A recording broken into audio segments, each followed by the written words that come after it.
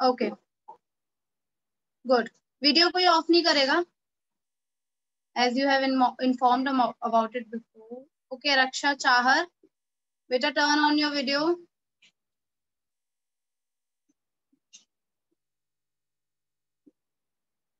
Okay, now listen.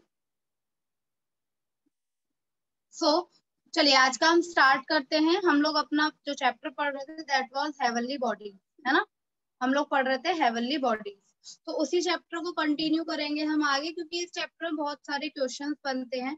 तो मैंने आपको इसकी जो रिलेटेड वर्कशीट है वो भेजी है ना, आपने चेक की होगी, मैंने वर्कशीट भेजी है और आपको पता ही है क्या करना होता है। उसको सॉल्व करेंगे रफ नोटबुक में, और सॉल्व करने के बाद उस वर्कशीट को आप आज जब ग्रुप ओपन होगा आपका 2:30 से 5 o'clock तक, तब आप उसमें उस वर्कशीट को सॉल्व करके सेंड करेंगे, ठीक है, उस ग्रुप में। ओके ना, तो मतलब आपको पता तो है पूरा प्रोसेस। चलिए आगे का डिस्कस करते हैं। What we have discussed yesterday that what are the phases of moon। हमने डिस्कस किया था कि हमको डेली मून एक जैसा नहीं दिखाई देता है, किसी दिन आधा, किसी दिन बहुत कम, किसी दिन आधे से ज्यादा, किसी दिन कैसा, ऐसा दिखाई देता है कुछ। तो इन्हीं को बोलते हैं हम, अलग अलग फेजेस जो दिखाई देते हैं हमको मून के, इन्हीं को बोला जाता है फेजेस ऑफ द मून। अब देखो आपको क्या दिया है पेज नंबर 73 पर। Sunlight is shown coming in from the right. The earth is at the center of the diagram.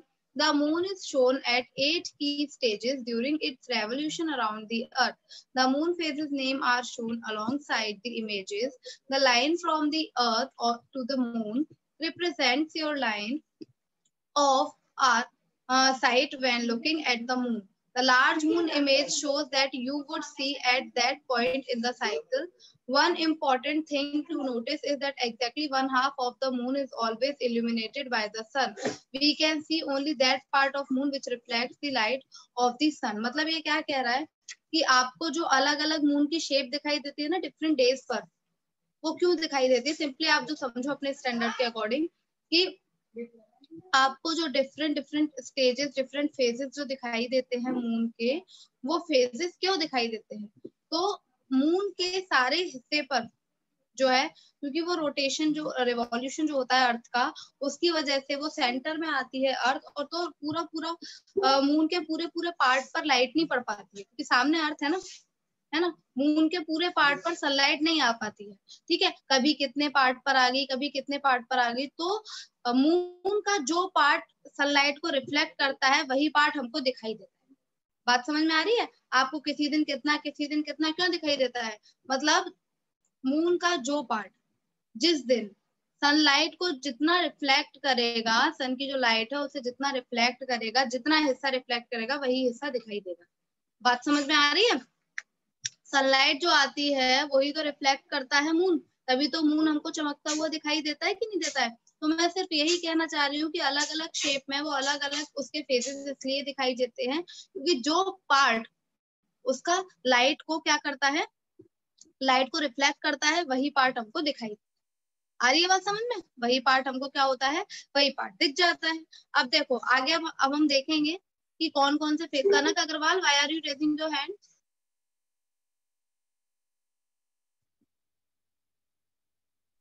गलती से हो गया था। ओके कोई बात नहीं, ठीक है। तो आपको अलग अलग फेजेस इसलिए दिखाई देते हैं, आपसे पूछा जाए तो सिंपली आप ये बोलेंगे मून का जो पार्ट सनलाइट को रिफ्लेक्ट कर देता है वही पार्ट हमको दिखाई देता है। तो हर हिस्से पर सनलाइट नहीं पड़ती है, पूरे पार्ट पर नहीं पड़ती है, क्योंकि सामने अर्थ आ जाती है ना, बीच में अर्थ आ जाती है, मून और सन के बीच में अर्थ भी तो आ जाती है, तो जिस हिस्से पर लाइट पहुंच पाती है वही हिस्सा हमको दिखाई दे जाता है, ठीक है। अब ये देखो क्या दिया है, सबसे फर्स्ट हम जिस फेज की बात करेंगे वो है न्यू मून। आपको ये जो फेज दिखाई देते हैं ना, वो कैसे दिखाई देते हैं मेरी बात समझो। ये 1 मंथ का टाइम है, 28 डेज या 1 मंथ आप बोल सकते हो, 28 to 30 डेज। आपको मून ऐसे दिखाई देगा, पहले बहुत छोटा दिखाई देगा, नहीं पहले पूरा दिखाई देगा, ऐसे मान के चलो पहले पूरा मून होगा, फिर उसका, या फिर आप उल्टा समझो, कैसे भी समझ सकते हो, पहले आपको मून का बहुत छोटा सा पार्ट दिखाई देगा, फिर वो पार्ट बड़ा होता जाएगा, तो कुछ दूसरे दिन थोड़ा और ज्यादा मून दिखाई दिया, थर्ड डे थोड़ा और ज्यादा दिखाई दिया, फोर्थ डे थोड़ा और ज्यादा पार्ट दिखाई दिया, ऐसे करके 15 डेज तक मून का साइज बड़ा होता जाएगा, और 15th डेज पर 15 डे जो होगा उस पर पूरा गोल मून दिखाई देगा। समझ में आ गई बात? जब फर्स्ट मंथ का जो फर्स्ट डे होता है उस पर मून बहुत छोटा दिखाई देता है ना।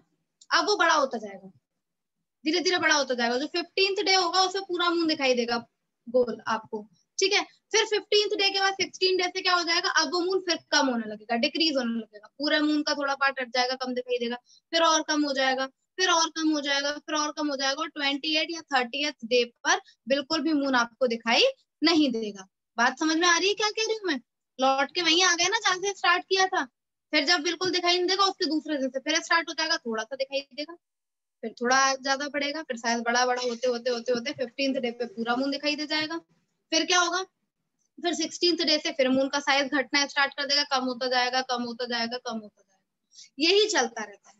तो अब हम अलग अलग फेजेस देखेंगे कि मून के कौन कौन से फेजेस हैं, क्या क्या चीजें आती है इसमें, किस किस तरीके से दिखाई देता है। फर्स्ट है आपका new moon is a phase when the side of the moon facing the earth reflects no sunlight, we can not see the moon. मतलब जिस दिन मून बिल्कुल भी दिखाई नहीं देता है ना, बात समझ में आ रही है? अभी मैंने बोला था ना घटता जाएगा, साइज डिक्रीज होता जाएगा, डिक्रीज होता जाएगा, और 15th डे पे ऐसा हो जाएगा कि बिल्कुल भी मून दिखाई नहीं देगा। तो मैं वही चीज आपको बता रही हूँ कि जिस दिन मून दिखाई ही नहीं देता है, बात में समझ में आ रही है? नो सनलाइट मतलब उस पर कोई सनलाइट नहीं पड़ती है।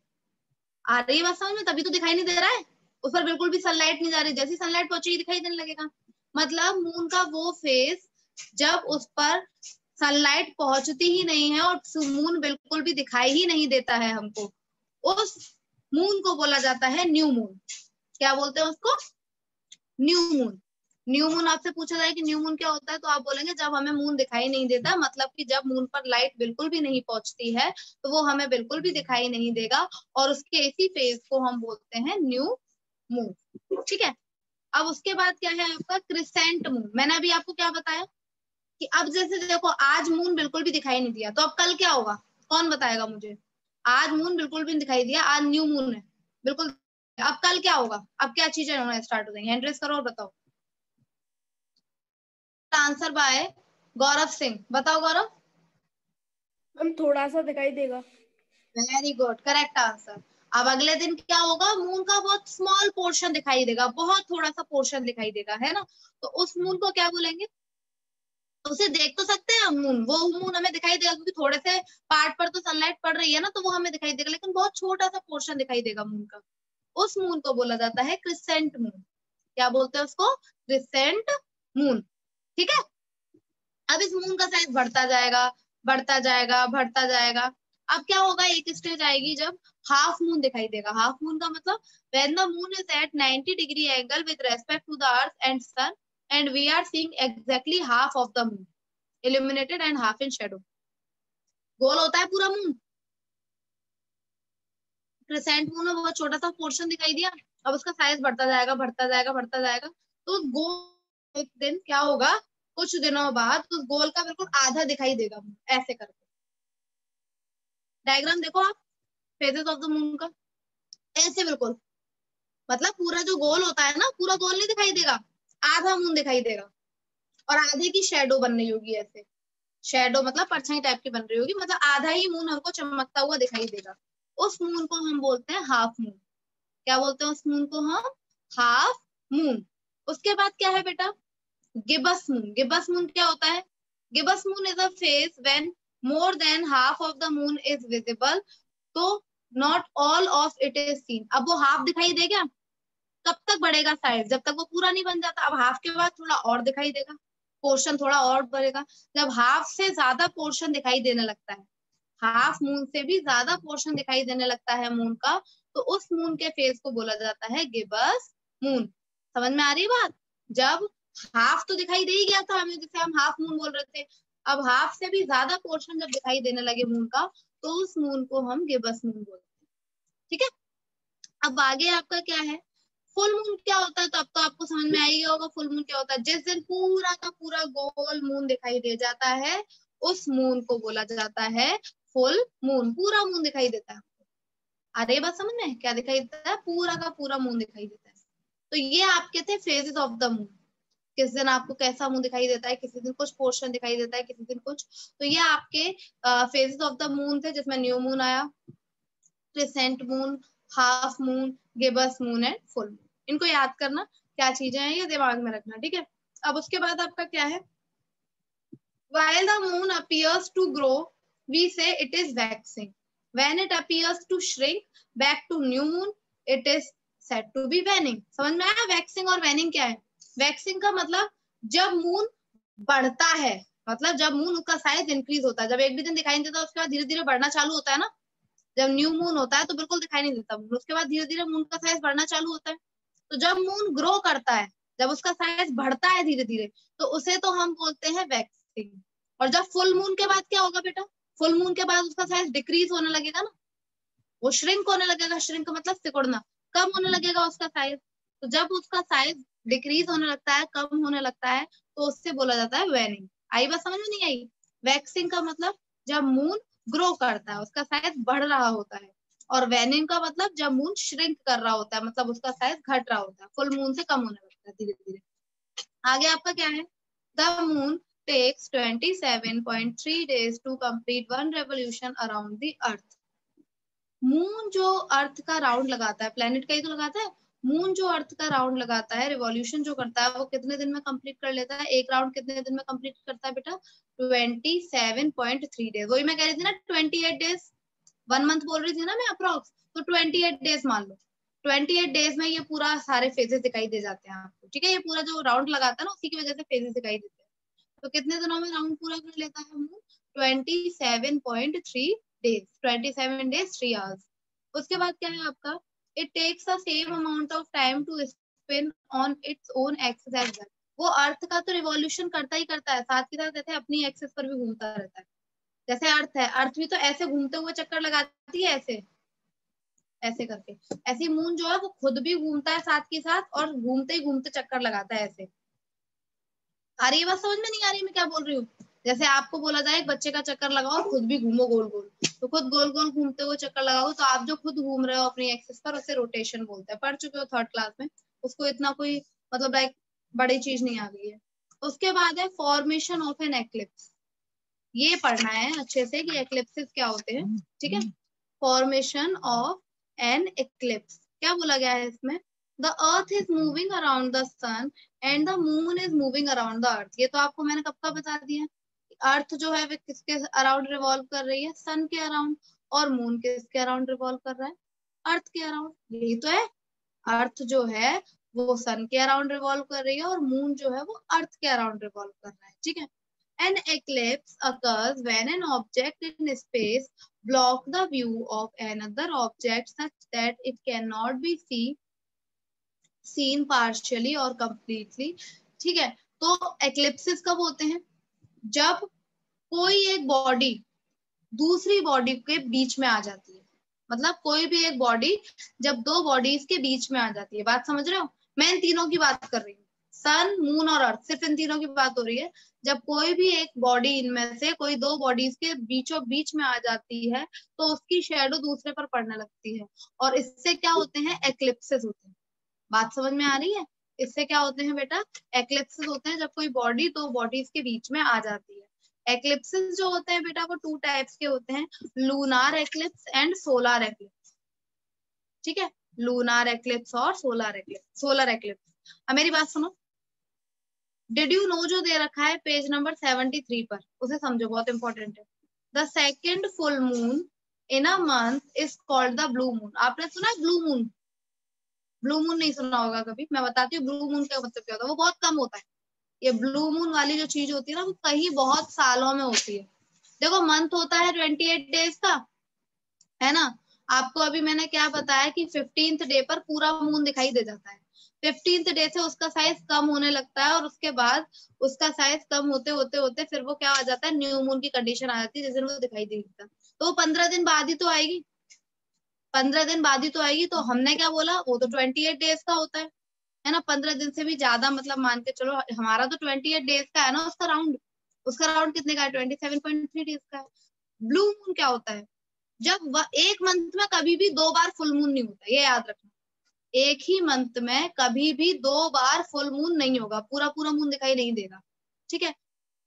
और अगर ऐसा हो जाता है कि कभी एक ही मंथ में 2 बार फुल मून दिखाई दे जाए, बात समझ में आ रही है? एक ही मंथ में आपको दिखेगा नहीं कभी, क्योंकि उसका साइज डिक्रीज नहीं होगा। पहले तो उसका साइज बढ़ेगा, फिर डिक्रीज होगा, न्यू मून आएगा, फिर दोबारा बढ़ेगा। एक मंथ का काम है ये कोई नहीं ना। जब आपको एक ही मंथ में 2 बार फुल मून दिखाई दे जाए, एक ही मंथ में 2 बार फुल मून दिखाई दे जाए, तो ऐसे मून को बोला जाता है ब्लू मून। क्या बोला जाता है? Blue moon. भूलना मत कभी भी, बहुत अच्छा टॉपिक है। आपसे कोई भी पूछ सकता है बेटा ब्लू मून क्या होता है, तो आप सिंपल सा आंसर दो। जब 1 मंथ में ही, एक ही मंथ में 2 बार फुल मून दिखाई दे, 2 बार पूरा पूरा मून दिखाई दे, तो ऐसे मून के फेस को बोला जाता है ब्लू मून। क्या बोलते हैं हम? ब्लू मून, इस फिनोमिना को। ये चीज याद रखना, भूलना नहीं कभी भी, ठीक है। तो आज जो हमारी क्लास है, आज हम इस क्लास में इतना ही समझेंगे, क्योंकि अभी थोड़ा तो हो जाएगा, फिर बचेगा, क्योंकि आज मुझे लेना है आप लोगों का टेस्ट। बात समझ में आ रही है? आज मुझे आप लोगों का टेस्ट लेना है, तो रफ नोटबुक निकाल लो फटाफट, रफ नोटबुक निकाल के रखो फटाफट से, ठीक है।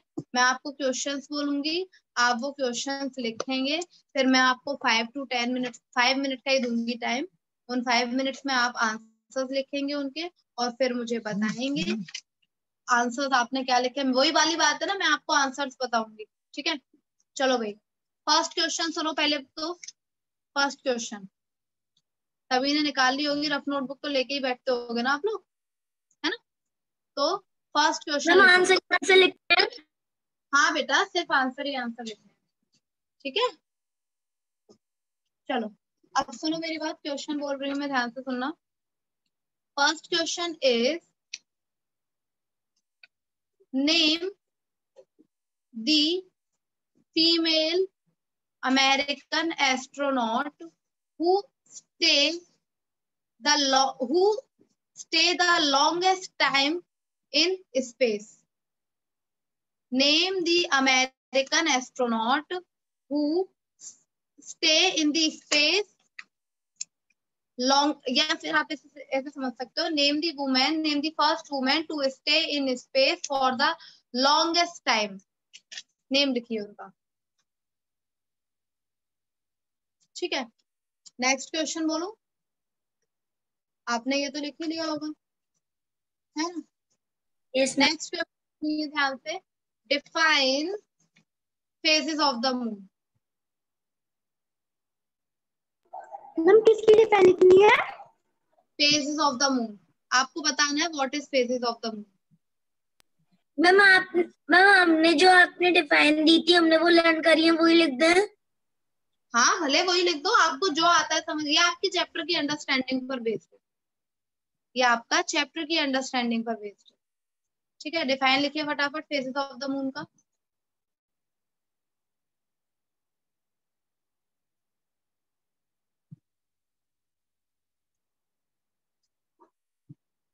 हाँ, नेक्स्ट क्वेश्चन सुनिए ध्यान से।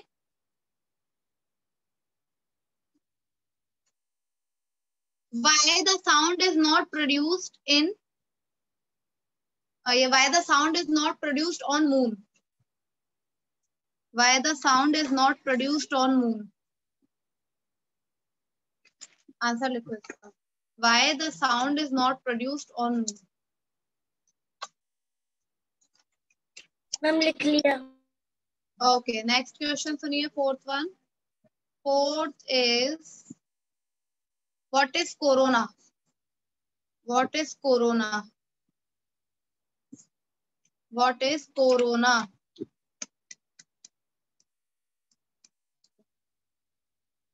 लिख लिया होगा ये भी,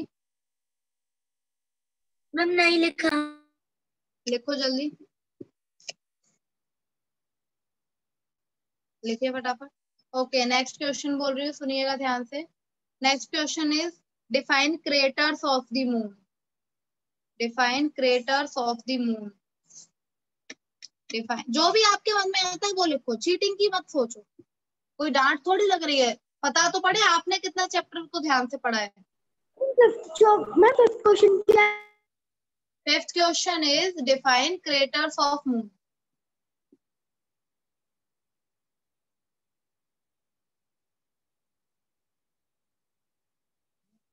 नेक्स्ट क्वेश्चन लिखिए, name the outermost layer of the earth. Name the outermost layer of the earth. Name the outermost layer of the earth. रक्षा, आप तो दिख भी नहीं रहे हो मुझे स्क्रीन पर. रक्षा, हाँ ठीक है, ये लिख लिया होगा आपने. Next question. बोल रही हूँ सुनो. Name the outer most layer of the earth. ठीक है. नेक्स्ट क्वेश्चन सुनिए ध्यान से. Name the scientist all the scientist, है ना. Name all the scientist who step on moon. Name all the scientist who step on moon.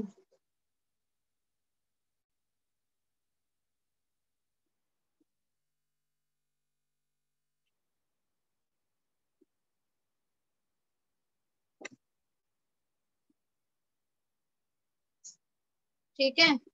8th वाला बोल रही हूँ, सुनो. If the moon is not visible to us, if the moon is not visible to us, then name the face of this type of moon. If the moon is not visible to us, ठीक है. Now name this face. Name the type of moon. Name the type of face of this moon.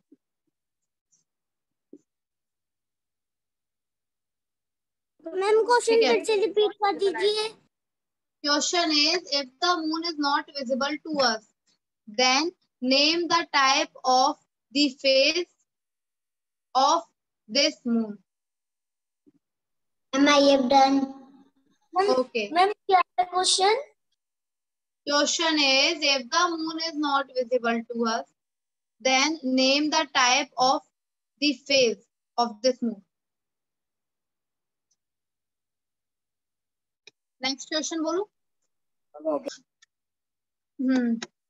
How many days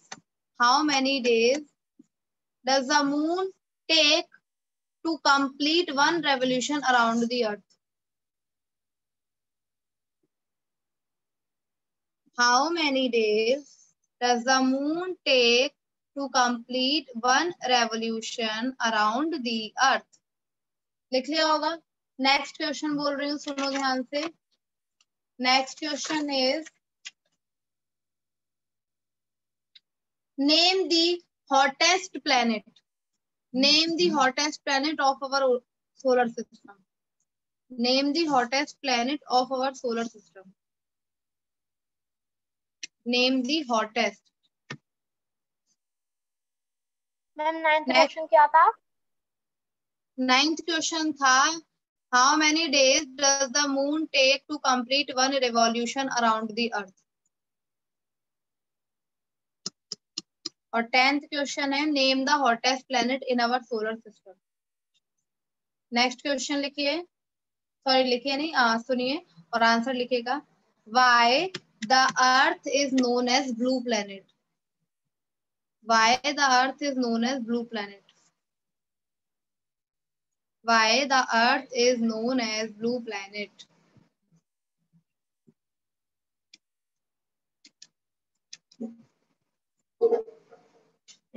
ठीक है. Why the earth is known as blue planet? 12th question सुनो ध्यान से, क्या बोल रही हूँ मैं. 12th क्वेश्चन इज, वाई नहीं, ये बताओ मुझे. Name the largest planet of the solar system. Name the largest planet of solar system.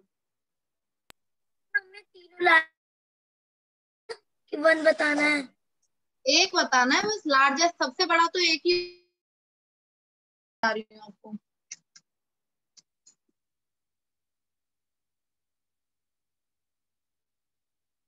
Okay. If my weight on earth is, if my weight on earth is 54 kg. Then on moon, what is my weight on moon? सुनो ध्यान से. If my weight on earth is 54 kg, ठीक है, then what is my weight on moon? I have done. Okay, if my weight on earth is 54 kg, then what is my weight on moon? What will be my weight on moon? Okay, and this one's the last question for you. That is, if the moon is growing, then what we have say this phenomena? If the moon is growing, then what will we say this phenomena? If the moon is appears to grow, then name the phenomena responsible of this situation. For this situation. Okay, तो 15 हो गए आपके question, है ना? अब मैं answers बोल रही हूँ, मैच करिए और मुझे बताइएगा आपके कितने सही निकले. ठीक है, ऑनेस्टली बताइएगा. फर्स्ट क्वेश्चन सुनिए. फर्स्ट का आंसर है सुनीता विलियम्स. ठीक है. सेकंड जो है, सेकंड का आंसर आप लिख, सेकंड का आंसर बता देती हूँ आपको. सेकंड का आंसर है आपका, आपने वैसे कुछ भी लिखा हो अलग तो वो अलग चीज है, मैं आपको एक पर्टिकुलर डेफिनेशन बता रही हूँ. The apparent changing shapes of the moon during the month. The apparent changing shape of the moon during the month. Third सुनो. We cannot hear sound on the moon because there is no air present on the surface. Because there is no air present on the surface of moon. आई बात समझ? Ma'am ये लिखा है it become travel sound in air. It become travel in air. हाँ, ये भी लिख सकते हो. थोड़ा सा सेंटेंस की दिक्कत है, बाकी इसमें आप ये लिखना because sound travels in air, है ना, और मून पर एयर है नहीं. ठीक है. नेक्स्ट सुनो. कोरोना का क्या लिखा है आपने? Thick layer of air around the sun. Thick layer of air around the sun. उसके बाद है क्रेटर्स. तो क्रेटर्स में आप ये लिख सकते हो क्या? हमने तो थिन लेयर लिखा है. थिन लेयर, सॉरी, हाँ थिन लिखा होगा ना. थिन लेयर सही है, थिन नहीं आएगा, वो गलती से हो रहा है मुझसे. Thin layer of air around the sun. अब आपका क्रेटर्स में आप क्या लिखोगे? क्रेटर्स का तो बहुत सिंपल है. Deep holes on the surface of moon. Deep holes on the surface of moon. ठीक है. उसके बाद सिक्स्थ वाले का आंसर है क्रस्ट. सिक्स्थ वाले का आंसर क्या है बेटा? सुन लो ध्यान से. उसका आंसर है क्रस्ट. सेवेंथ वाले का आंसर सुनिए. सेवेंथ का आंसर है Edwin Aldrin, Michael Collins and Neil Armstrong. Edwin Aldrin, Michael Collins and Neil Armstrong. ठीक है. सेवेंथ का सुनिए, वो एट्थ का सुनिए. एट्थ का आंसर है न्यू मून. एट्थ का आंसर क्या है? New moon. उसके बाद नाइन्थ का आंसर है 27.3 डेज. 27.3 28 डेज लिख के अप्रोक्स. ठीक है, अगर आप अप्रोक्स लगा देते तो वैसे तो करेक्ट तो 27.3 डेज ही है. ठीक है, अप्रोक्स लगा दोगे तो मिल जाएगा. उसके बाद है टेंथ. टेंथ का आंसर है वीनस. टेंथ का आंसर है वीनस. 11th का आंसर है earth is known as blue planet because 70% part of earth is covered with water. Because 70% part of earth is covered with water.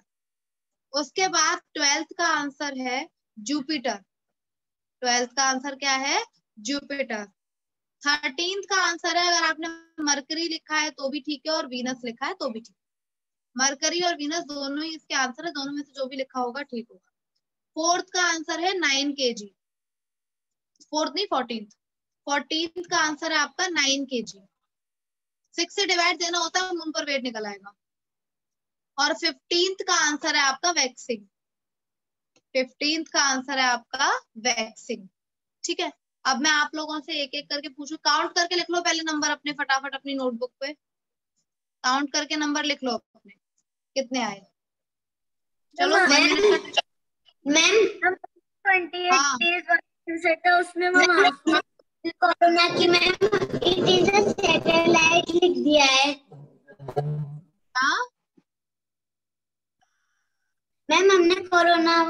Question का answer it is a satellite. बेटा तो वो गलत होगा, corona is not a satellite, it is just a thin layer of air around the sun, वो गलत हो जाएगा। ठीक है, सन के अराउंड जो एयर की लेयर होती है थिन, बहुत पतली होती है, उसको बोलते हैं कोरोना। ठीक है मैम हाँ 7.3 आता मैम, उसमें वो अपना हाफ मार्क्स काट ले। हाँ काट, बिल्कुल काट लो। ठीक है, काउंट करो मैम फटाफट। मैम हम अर्थ को ब्लू प्लैनेट क्यों कहते हैं मैम, ऐसे भी लिख सकते हैं, it is 72% is covered with water is called blue planet. हाँ तो 72% नहीं 70% है बेटा, 72% थोड़ी है। अगर आपने 72% लिखा है तो आप हाफ मार्क्स कट कर सकते हो अपना, 70% है नॉट 72। कितने में हाफ से मार्क्स, बताने, 15 में से? हाँ बेटा 15 क्वेश्चन है ना, हर क्वेश्चन 1 मार्क का है। ठीक है, चलो अब मैं पूछ रही हूँ, एक एक करके बताना, नो डिस्कशन एट ऑल। सबसे पहले मुझे रक्षा बताएगी, रक्षा कितने मार्क्स आए? मैम 13। ठीक है, वेरी गुड, कोई बुरी बात थोड़ी 13 आए तो अच्छी बात है। 15 में से 2 ही नंबर कम है, वेरी गुड बेटा रक्षा।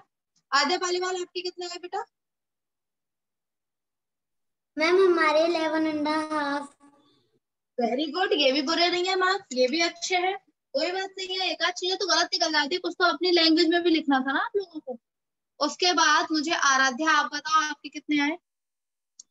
Ma'am 12.5। Very good, these are also good marks. Divyanshi Garg कितने आए बेटा आपके? मैम 9। 9।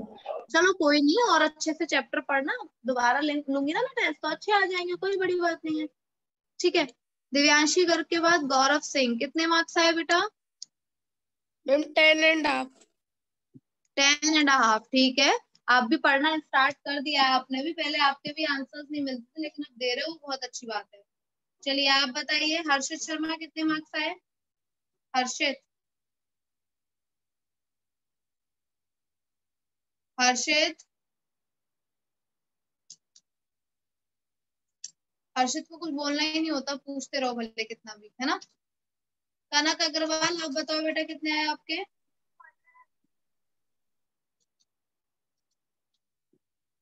कनक 14। 14, वेरी गुड, बहुत अच्छे मार्क्स हैं आपके। ठीक है, कनक के बाद मुझे खेमराज आप बताओ बेटा, कितने आए आपके? 11.5। Okay good, these are not bad marks, अच्छे हैं मार्क्स के। पलक आपके कितने आए? मैम 11.5। गुड, ये भी अच्छे मार्क्स है, कोई परेशानी नहीं है। उसके बाद लास्ट रह गई है वैष्णवी, कितने मार्क्स है बेटा वैष्णवी आपके? मैम 12.5। 12.5, गुड। तो अब इस चैप्टर को बहुत अच्छे से रिवाइज करना है आप लोगों ने, है ना। अगर आप रिवाइज करोगे तो देखो ऐसे ही रिजल्ट आएगा। अगर चीटिंग की है तो फिर उन बच्चों से मुझे कोई मतलब नहीं है, क्योंकि वो बच्चे तो अच्छे होते नहीं है ना जो चीटिंग करके आंसर देते हैं। जब आपको डांटा ही नहीं जा रहा, मैंने किसी के भी मार्क्स के लिए बुरा कहा क्या? नहीं कहा ना, सभी के लिए अच्छा बोला ना। और चीटिंग करके अच्छे लाने से क्या फायदा है? अगर ऑनेस्टली लाओ, भले कम लाओ लेकिन ऑनेस्टली लाओ उन मार्क्स। ठीक है, तो रिवाइज जो है आपको वो खुद से ही करना पड़ेगा, कोई और थोड़ी कर लेगा आपके हिस्से का रिवाइज। चैप्टर जो भी है आप उसे रिवाइज करें अच्छे से। और क्या है ना इसमें,